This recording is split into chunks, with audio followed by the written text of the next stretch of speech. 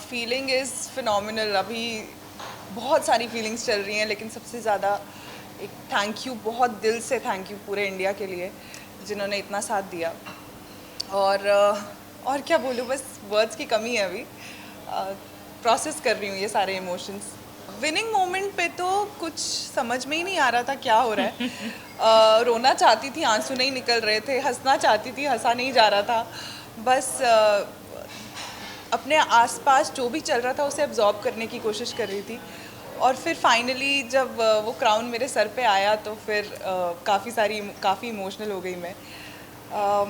बहुत अच्छा लगा। सारी 63 कंट्रीज़ की लेडीज़ बहुत ही स्ट्रॉन्ग थी, बहुत टैलेंटेड थी।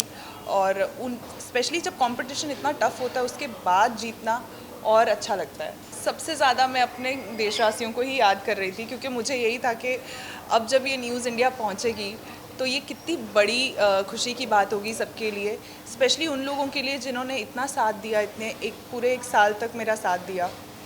उन सभी औरतों के लिए, मैरिड वुमेन जिन्होंने सोचा कि हम अगर ये पूरा नहीं कर पाई सपना अपनी लाइफ टाइम में, तो इसको वो सपना पूरा करते हुए देखें।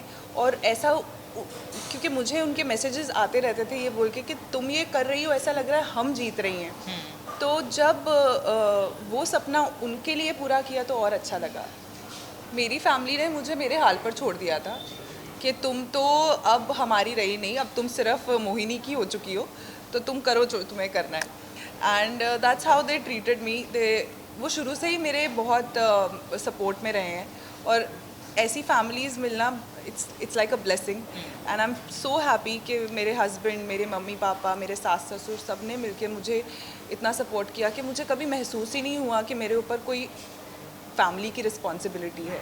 सब चीज़ें साथ साथ होती चली गई और मैं बस अपने काम में बिज़ी रही और अपने गोल पे फोकस्ड रही। मैं हमेशा यही मानती हूँ कि लाइफ में ना एक आइडल नहीं हो सकता आपका।